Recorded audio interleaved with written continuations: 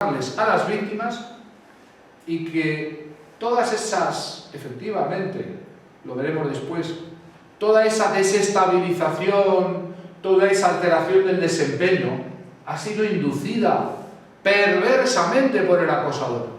Pero este presenta el efecto que ha causado el mobbing como la causa del problema de la víctima, no como el efecto.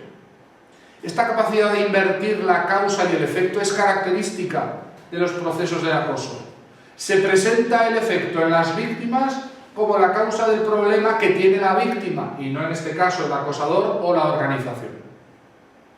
Y llega un momento en que la víctima, efectivamente, cualquiera que sufre este proceso, mira en su propio acervo laboral y encuentra que tienen razón aquellos que la acusan de ser torpe, estúpida,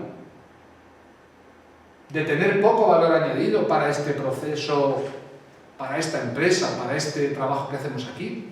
Es decir, esa baja en el desempeño, ese perjuicio en la capacidad y en la calidad del trabajo que ha sido inducido perversamente, es la propia víctima la que es capaz de creérselo. Empieza a pensar que tienen razón sus acosadores. Cree que tienen razón cuando la presentan de ese modo tan negativo.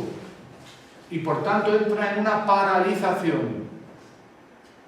Ante el mobbing que sufre, no solamente va a sufrir esa violencia psicológica, sino va a sufrir al mismo tiempo la incapacidad de rebelarse, de hacer frente, porque los que acosan han conseguido hacerle creer que es ese trozo, guiñapo de trabajador, de trabajadora, que no merece la pena mantener aquí porque no es todo lo válida que debiera ser, no es todo lo profesional, su calidad como trabajadora deja mucho que desear.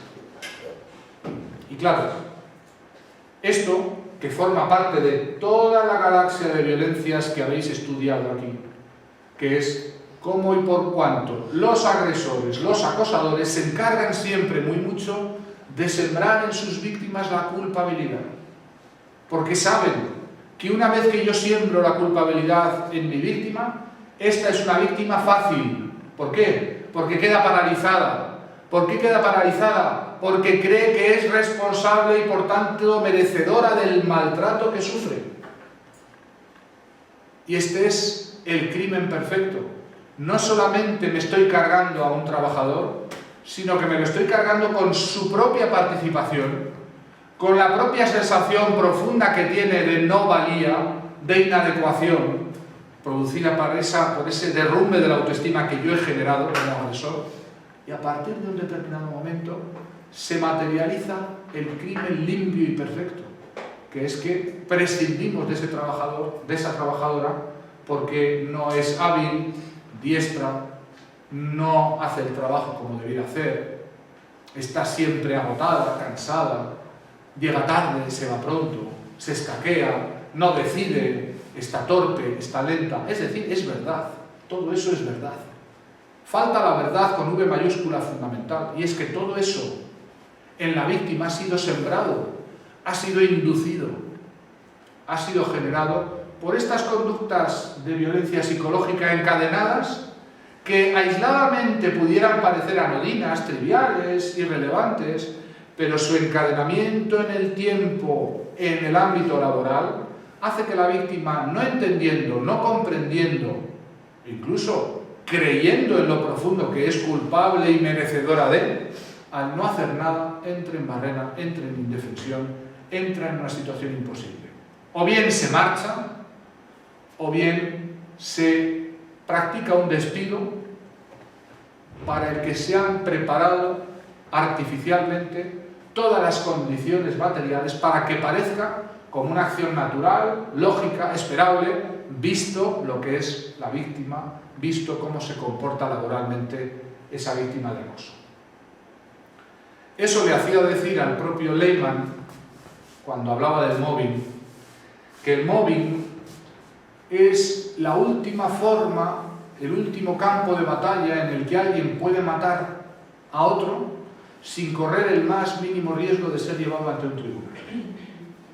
Y lo de matar no lo decía en sentido figurado, porque él precisamente empezó a investigar el mobbing con ocasión del diario de un trabajador que se quitó la vida, que le entregó su viuda, donde este trabajador reflejaba el último año, día por día, del calvario laboral que había ido sufriendo a manos de un caso, de un proceso de persecución laboral terrible, que le había llevado a optar, pues por, ante el sufrimiento que tenía, pues no querer seguir viviendo y se quitó la vida. En los propios datos de las investigaciones de Lehman, entre el 15 y el 20% de los suicidios consumados tendrían origen en una situación de mobbing laboral o en las secuelas que el mobbing ha generado en las víctimas. 15-20% de los suicidios en España, ese dato representaría más de 400 trabajadores que se habrían quitado la vida el año pasado por causa directa o mediata del acoso psicológico en el trabajo. ¿Y cuál es la tercera nota característica? Hemos dado la primera, que son las conductas de hostigamiento. La segunda, que es que esas conductas se encadenan, son frecuentes, repetitivas, sistemáticas, habituales. La tercera es muy evidente y es fruto de las otras dos.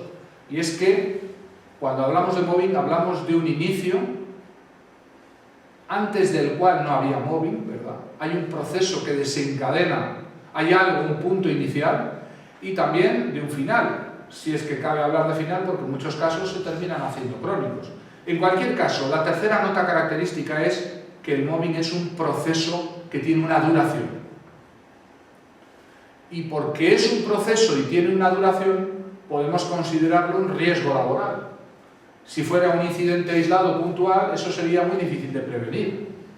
No digo que no se pueda prevenir esas cosas, pero es más complicado. Sí se puede prevenir algo que forma parte de un encadenamiento en el tiempo de actuaciones, de comportamientos, de situaciones que van sometiendo a la víctima a una indefensión específica.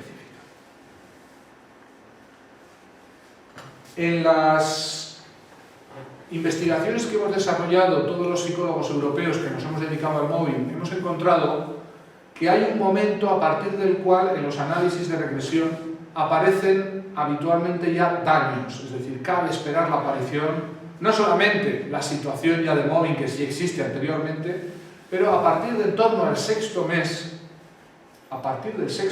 en los análisis, insisto, de regresión aparece muy claramente, cabe esperar que ya las víctimas de mobbing no solamente son víctimas de los comportamientos, de hostigamiento, del proceso de persecución, sino que además cabe decir que son ya, o es presumible que empiecen a ser víctimas también de daños psicológicos, emocionales y también psicosomáticos.